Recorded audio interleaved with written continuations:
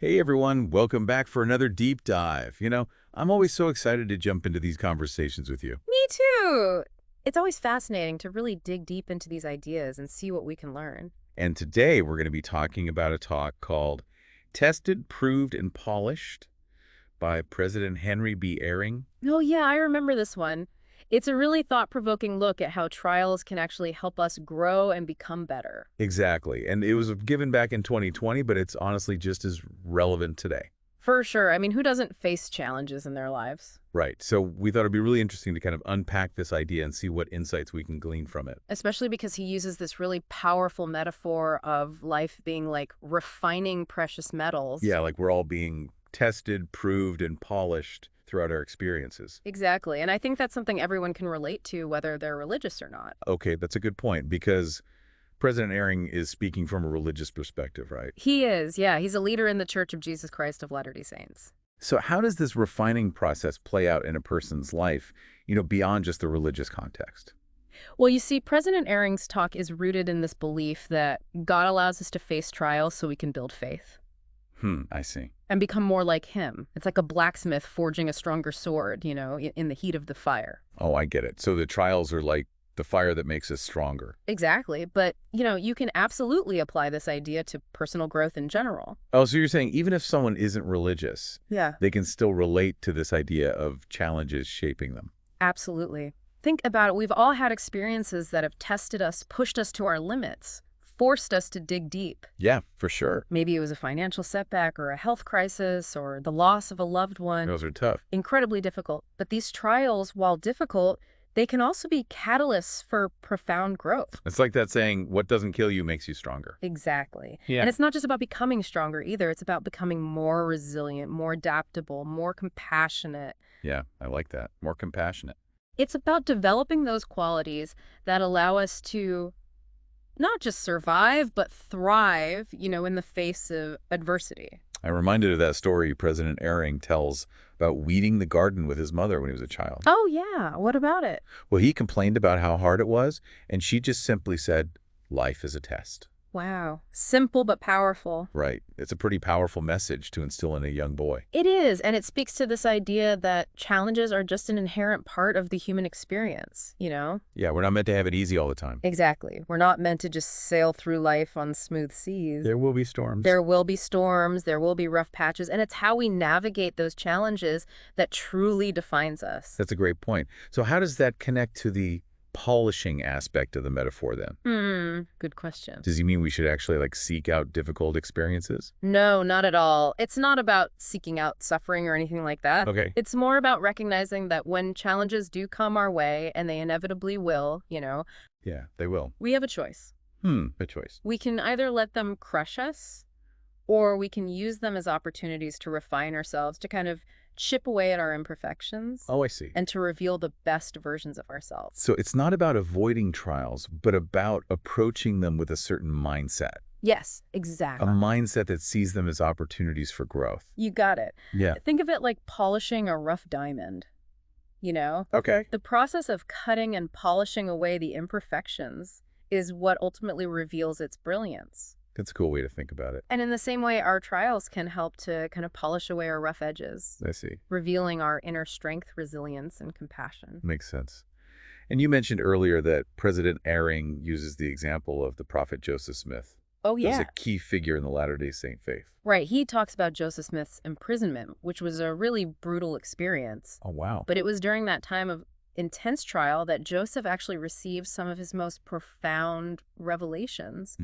Yeah, he emerged from prison stronger, more spiritually refined, and more prepared to lead his people. So in a way, his imprisonment, while horrific, actually became a crucible for his spiritual growth. Precisely. It polished him. Wow. And I bet we can see that theme play out in other people's lives too, right? Oh, absolutely. Throughout history, you see individuals who faced immense challenges and emerged from those experiences transformed. Yeah, for sure. I mean, think about Nelson Mandela, Viktor Frankl, Malala Yousafzai. Incredible people. Their stories are testaments to the human capacity to not only survive, but thrive in the face of adversity. It's easy to get caught up in our own little struggles and forget that bigger picture sometimes. It is, but I think that's why President Eyring's message is so important, Yeah, what is it about his message that resonates with you? Well, it's a powerful reminder that even in the midst of our darkest moments, there's a purpose, a plan, an opportunity for growth. I love that. And you know what really strikes me is this idea that challenges, when approached with the right mindset, Mm. can actually help us discover hidden strengths and talents we never even knew we had. Absolutely. It's like we're forced to dig deep within ourselves, to tap into resources we didn't know we possessed. We come out stronger on the other side. Yes, and in the process, we discover a resilience, a creativity, a strength that we never knew we had. It's like those trials are revealing our true potential, the person we were always meant to be. Exactly. It's like Michelangelo said, every block of stone has a statue inside it, and it is the task of the sculptor to discover it. Wow, what a beautiful analogy. So how do we apply this then? How do we apply it? This tested, proved, and polished concept to our own lives. How can we start seeing our challenges not as setbacks, but as opportunities for growth and refinement? Well, I think one of the first steps is to shift our perspective, Okay. Instead of asking, why me? We can start asking, what can I learn from this? That's a subtle but powerful shift, isn't it? It is, because when we focus on the lessons rather than the pain, we empower ourselves to grow and evolve.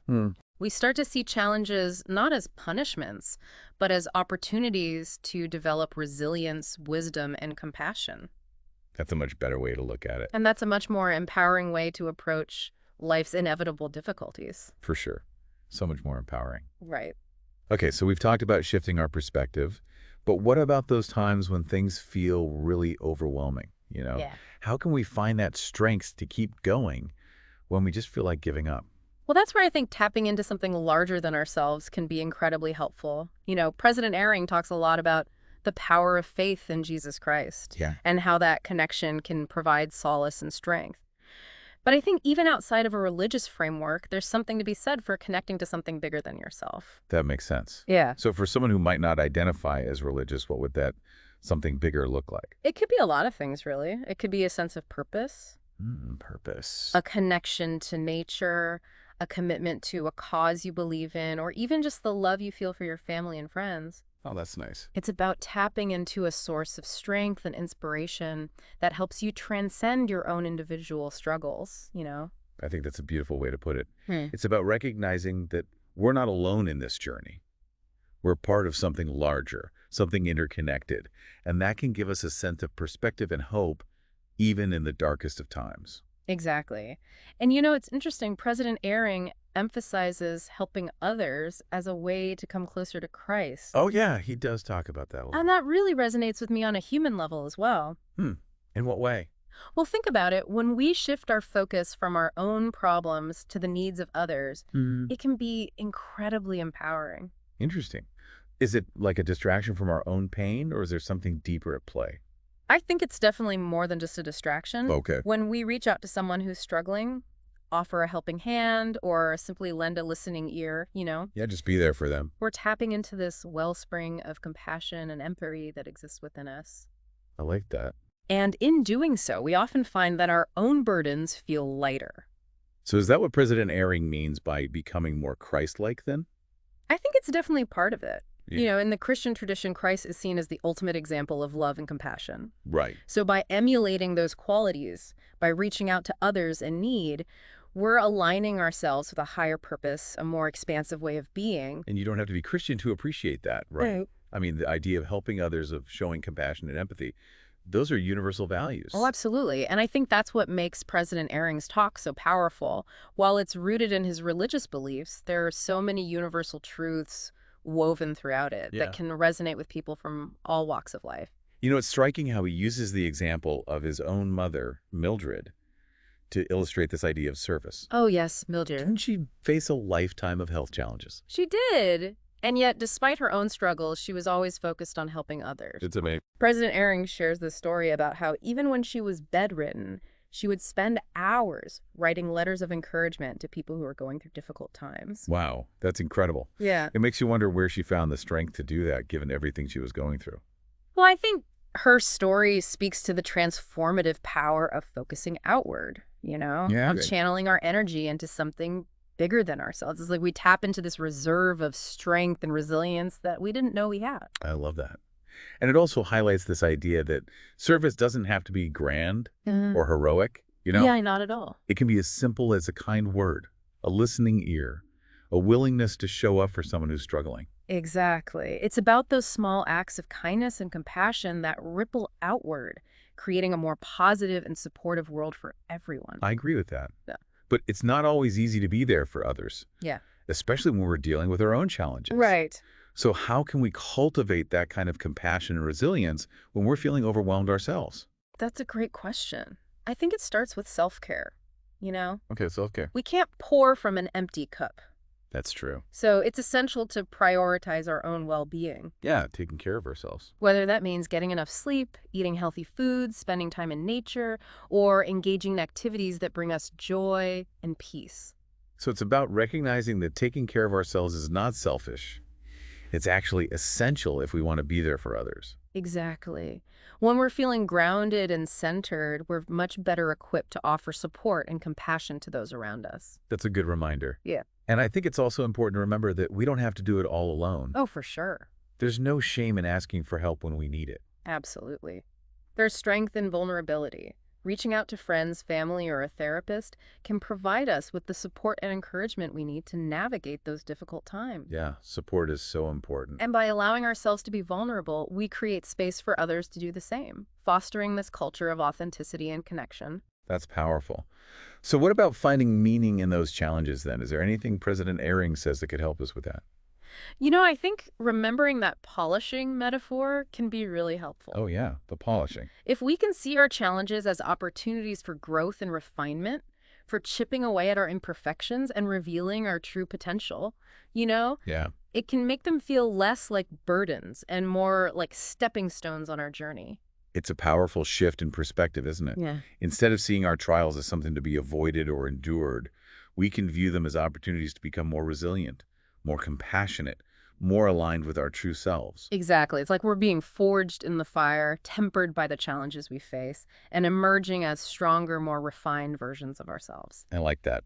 And that process of refinement doesn't happen overnight, does it? It's a lifelong journey. Absolutely. It's about embracing the ups and downs, the twists and turns, and trusting that even in the midst of the chaos, there's a purpose, a plan, Yeah. a beauty unfolding within us. And that's a message that can offer hope and inspiration to anyone, regardless of their faith background or belief system. It really can. Because at the end of the day, we're all in this together, navigating the complexities of life, striving to find meaning and purpose in our experiences, and seeking to become the best versions of ourselves. So how do we put this into practice then?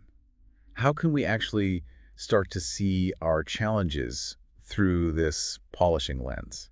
Well, one of the most powerful things we can do is to start paying attention to our inner dialogue. You know, Our inner dialogue. when we face a challenge, what's our initial reaction? Hmm. Do we spiral into negativity and self-doubt? Or do we try to find the lesson, the opportunity for growth? It's like we have a choice, right? Yes, Like exactly. we can either choose to be victims of our circumstances or we can choose to be empowered by them. Exactly. And it's not about denying the pain or pretending that everything is okay. No. It's about acknowledging the difficulty while also choosing to focus on the potential for growth. So it's a conscious decision to shift our perspective, to see the challenge not as a roadblock, but as a detour that might actually lead us to a more beautiful destination. I love that analogy.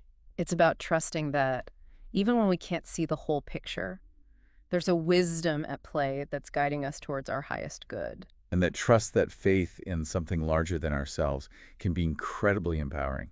It really can.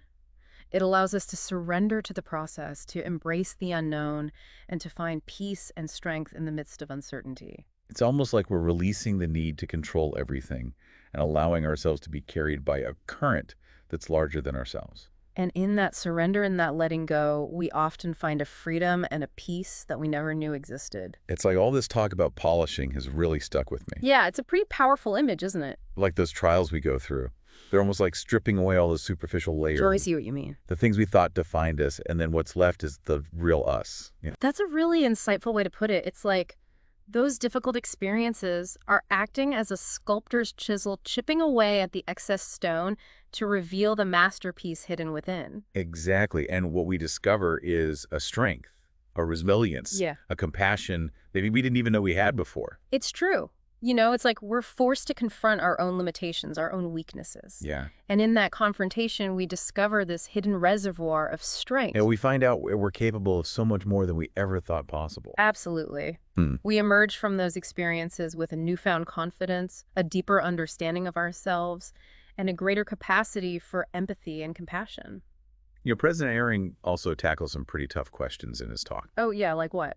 Like, why would a loving God allow us to go through such difficult things? Right, and that's a question so many people wrestle with. For sure. And, while President Eyring offers theological explanations rooted in his faith, Yeah. I think there are also universal truths embedded in his message that resonate regardless of one's belief system. That makes sense. Yeah. So even if someone isn't coming from a religious perspective, they can still find meaning in the idea of trials and growth. Absolutely. I mean, think about it. We've all experienced setbacks, disappointments, losses. Yeah, it's part of life. It's part of the human condition. And while those experiences are undeniably painful, They are. they also have the potential to teach us valuable lessons, shape our character, and help us develop resilience and empathy. Like Nietzsche said, what doesn't kill me makes me stronger. Exactly. And I think that's what President Eyring is getting at with this whole metaphor of being tested, proved, and polished. He's saying that our challenges, while difficult, can actually serve a higher purpose. They can refine us, strengthen us, help us to become more compassionate and resilient individuals. It's not about pretending those challenges don't exist. No. It's about facing them head on. It's about approaching them with a certain mindset. Yeah, a mindset that sees them as opportunities for growth. Precisely. And that's a really powerful shift in perspective when we can see our trials not as punishments, but as opportunities for learning and growth. It can transform our entire approach to life. It's like instead of being a victim of our circumstances, we're actively choosing to grow from them. Exactly. It's like we're choosing to be active participants in our own evolution rather than passive victims of circumstance. And that's where the real power lies. When we embrace the idea that our challenges can actually refine us, polish us, and reveal our true potential, It's incredibly empowering. it's like we're taking ownership of our own growth rather than letting life just happen to us. I keep thinking back to this image of polishing. Yeah. It's such a beautiful metaphor for how trials can actually change us for the better. It reminds us that even when we're struggling, there's still beauty and purpose to be found. Like we're being shaped and molded into something more beautiful, more resilient. More radiant. And even though the process can be painful, it helps us become who we're truly meant to be. It's a powerful reminder that even in the midst of darkness, there's always light to be found. And our challenges, when we face them with courage and a willingness to learn, can actually help us to shine more brightly. So what's the takeaway here then? What can our listeners do to put this into practice in their own lives? Well, I think as we go back out into the world, Yeah. let's try to remember that our trials, they're not meant to break us. They're meant to refine us. And let's view those challenges as opportunities to learn to grow, to become more fully the people we were always meant to be. And, maybe, just maybe, if we can embrace this perspective, we might even start to look forward to the next challenge. Oh. Not with dread, but with a sense of anticipation for the growth and the beauty that it might reveal. I love that. What a powerful thought. Thank you so much for joining us for this deep dive into Tested, Proved, and Polished. My pleasure. We hope you found it as insightful and encouraging as we did. And remember, you're not alone in your journey. That's right. Keep seeking, keep growing, and keep shining your light. We'll see you next time.